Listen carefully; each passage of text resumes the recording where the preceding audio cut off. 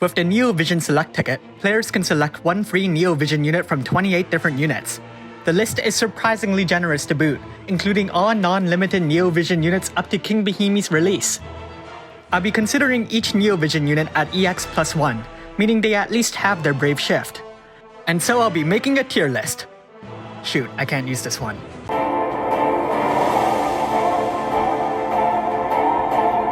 While you can get a brief understanding of their general viability from this past tier list I've made, it's also filled to the brim of so many units, but future units that aren't even available, Neo Vision Awakened units, and one guy who isn't even a Neo Vision. How did he even get here? So let's start fresh. First off, your favorite. Now I will proceed to absolutely ridicule your favorite unit. Cloud. Not very strong, and even if he gets buffed, he's still outclassed by his best buddy Sephiroth. But his Super Trust Master reward is very good for single-wielding users, if you're willing to look past his unit entirely. Rain. He does get much better with buffs that probably won't come, but at the time of his buff, Japan got a free copy of him anyways. Aerith. She's the only dedicated healer here, and while she doesn't have any resistance buffs, her recovery spells automatically proc on the next turn. Her Brave Shift is a decent light magic damage dealer, but ultimately she begins to fall apart when you try to juggle both rows. You're better off choosing a stronger magic damage dealer or a more accessible healer. Future competition? The global original unit Kresnik, though there's very little known about him. Axstar. While he does have relatively low damage, he compensates for it by having his ice buff stolen by Celeste in the future. Yoshikiri. He's a great supporter, but only when you need him. His Water and Ice Imbues, Amplification, Imperos, and a limit burst that can cure any breaks, stop, and charm while raising your team's elemental resistance by 85% are his best tools, while everything else is more suited to short-term battles, as you'd prefer a more steady support unit for longer fights. Future competition? Nicole and Celeste, namely, since they also bring in respective elemental effects. Starlight Elena. She's the only hybrid damage dealer here, and the only other Neo Vision one we know about will reappear around winter.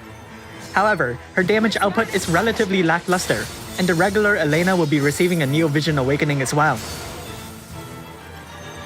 So, his pants are shiny. Gabrind. A superb physical tank that's great because of a solid set of active and passive abilities. If you ask anyone who has him, they will praise him to high heavens, while complaining that he hasn't received his buffs yet. Future competition? None. Furion. His Super Trust Master reward is the best bow in the game. Unfortunately, his Super Trust Master reward is a bow. Shoreline Fina and Daisy. A sturdy magic tank with ridiculous team-wide support, who's still one of the best units even though, she's been out since last November? Her biggest competition in the future is one Neo Vision Celeste. However, tanking aside, their support buffs are fairly different. For instance, Celeste can't buff elemental resistance. Madame Adele. She can apply a team-wide Earth and Dark Imbue and Amplification, while supplying Imperos to boot. She also has 300% attack and magic buffs, and can completely fill someone's limit burst gauge twice per battle. Her Super Trust Master reward is also very good for future Tifa. Just don't pay too much attention to her damage capability.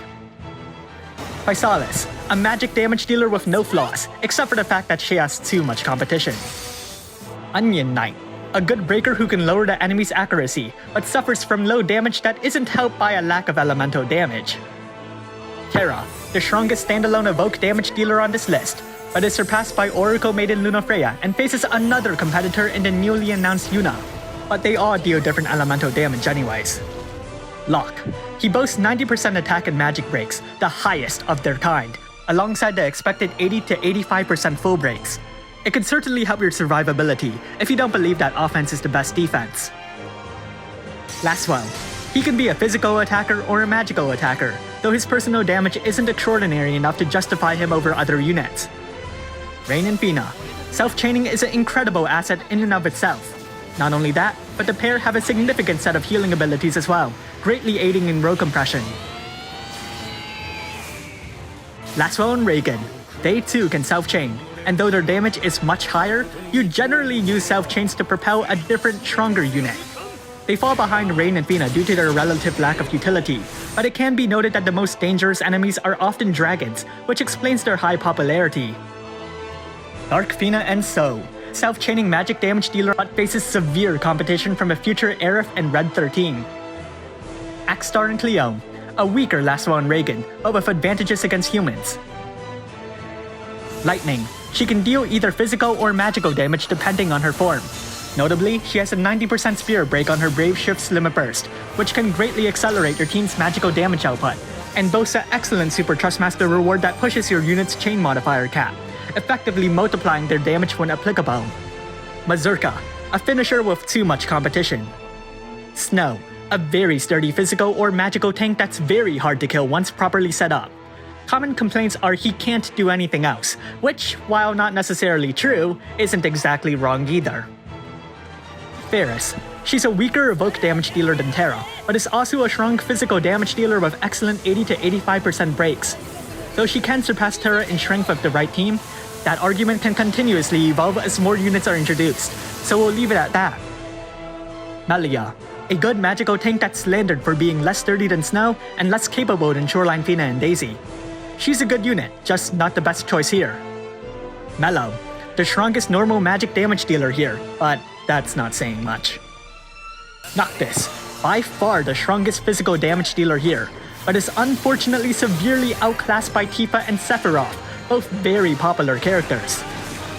King Bahimi. A decent physical tank whose greatest assets are his support buffs. He's not as sturdy as Snow or Gabrinth, but these support buffs are just too good to ignore. Also, he looks cool.